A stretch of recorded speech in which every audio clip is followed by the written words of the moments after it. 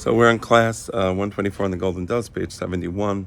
Top of the page, we're doing a quote from Rabbi Yitzhak Porfiat, Rabbi Yitzhak Porfiat Duran, and it's as follows. And they were talking about a language, how words don't shed light on the objective meaning of things, right? So, however, in this definition, it was said that language is the result of haskama, right? It's very important. So, what a word means has to do with convention, what the public decides the word would mean, or rather, maybe the other way around. How we describe an object, or a thing, or a reality is based on haskama. So, they choose the word, and once that word becomes accepted by the public, that's a word that's used to describe the thing, haskama. Because we are following the correct opinion that languages are conventional, not natural, right? If they were natural, one would expect that there would be perhaps fewer languages, or there would be a greater similarity in languages, right? Unlike the view held by some of the ancients who believe that languages are natural, the meaning of their view could either be that languages by their own nature inform us about the nature of real things, or that we, the members of the human race, have language in our own nature. So when you say the language is natural, there could be two ways to view that. One way to view that is that there's something about the dog that evokes the sound dog, right? And there's something about the cat that evokes the sound cat, right? That's for the ancients who believed in the magic of language. They believe that the words themselves actually are connected somehow to the essence of the thing they describe, right? Or that we, the members of the human race, have language in our own nature, or there's something in our nature naturally where we would use the word dog to describe the dog, or use the word cat to describe the cat. But again, it's a natural thing as opposed to conventional. The falsehood of this view is evident to everyone familiar with the truth. Language does not inform us about real things, right? There's nothing about the word antelope that tells me anything about the antelope. There's nothing about the word lion that tells me anything about the lion. There's nothing about the words antelope and lion that tells me that the hunter is the lion and the hunted, or the prey, is the antelope, right? Right? And the human race does not have it language by nature, but by haskama, right? So there's nothing within us that compels us to use a particular word to describe a particular thing, but rather it's a convention, haskama. Language is conventional in the sense that all hierarchical systems and organizations are necessarily artificial and therefore admit an alternative system, right? So any system of hierarchies and any organizations, so in language you have nouns and verbs, let's say that's at the high, part of the hierarchy. Maybe you have adverbs or adjectives, maybe a little lower. Then maybe you have prepositions, right? And so on. So it could have been different, right? It's completely conventional. Even the structure of language is conventional, right? As in any hierarchical system, right? And in any, let's say a political system, right?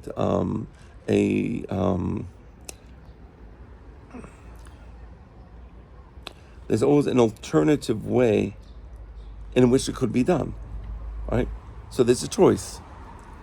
And the choice is, for whatever reason, let's say in the case of language, we decided that the word or the sound dog would refer to that creature.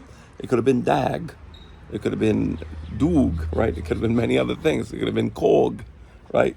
We chose dog for whatever reason. So there's sometimes people say, oh, no, there's a connection between this word and that animal for this and this reason. But still, there's so many different varieties and so many different potential pronunciations, even within the field of that connection, let's call it. Sometimes maybe there's a connection, maybe there is. between a word and a thing, but there's always going to be almost an unlimited number of choices that can be made. There is, on the one hand, a necessary and absolute relationship between a word and what it represents. Maimonides considered the verse, and whatever man called it, that was its name. Right?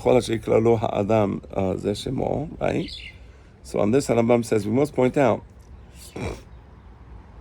a proof that according to scripture, language is conventional, right? Because here we see that Adam called names to the animals, and whatever name he chose was the name that was used to refer to the animal. We must point out that Maimonides accepted the tradition that God taught speech to man, right? However, the fact that God taught speech to man is always almost an indication that, language is not just a natural thing that, you can describe. In the theory of evolution, perhaps, I don't know, why there's a finger, or why there's a hair on the finger, why there's a fingernail on the finger. Perhaps you can have that description. But the idea of language, linguistic intelligence, is something that no theory could just explain how linguistic just popped out, right? But rather, and as you're thinking, linguistics, or the linguistic faculty is unnatural. However, he distinguished between the general faculty of speech, which is God-given, and the actual languages themselves with their respective linguistic systems, which are artificial. So that's great. So yes, linguistics is not natural. It comes from God. Doesn't mean the words that we choose to fill up the content comes from God. No, we choose the words, and God gives us the linguistic faculty, and then we fill it up. We populate that linguistic faculty of the language with actual words. Maimonides' proof that from Scripture is predicated upon three closely related interpretations. First, it was, and I'm just going to get out of the sun because it's getting a little hot, at least for me. So excuse me just for a moment. My apologies for the interruption. And here we go. Okay. Oh, that's a little better. Yes. All right.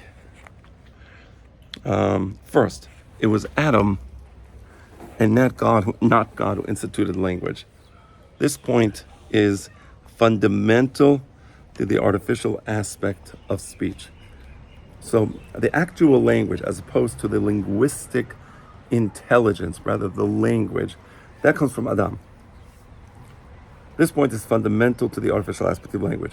Second, the expression, and whatever man called it, kol asher yikra lo ha'adam, is taken as indicative of the arbitrariness of the word itself. Because kol, whatever. So here we see again the idea that yes, language is arbitrary. Kol asher yikra lo ha'adam.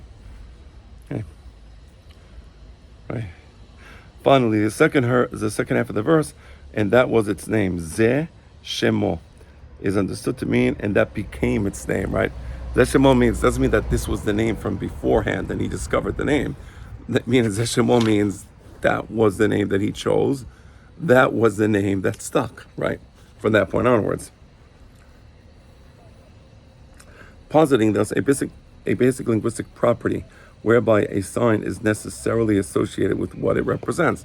So once you have the sign, so the sign is automatically associated with the signified, right? On the other hand, this necessary relationship is effective only within a linguistic system, right? Any word can be replaced by a linguistic equivalent from another language, right? Kelev instead of dog, hatul instead of cat, right? Thus, the validity of a linguistic sign is necessary within a given linguistic system, right? So it's within the system that the word dog must mean dog, right? But because it's an arbitrary decision in a different language, it would be a different word. Thus, the validity of a linguistic sign is necessary within a given linguistic system, but conventional from the point of view of the totality of linguistic systems. So again, God created this incredible apparatus that we call language, and within our mind, we can transform the world around us, and also the world within us, into linguistic signs, and we choose the sign. So the natural part, the created part of language, is God creating the linguistic faculty within man. But then there's that which man does with language, which is choose the actual signs to represent the things that the man chooses. But this is completely arbitrary.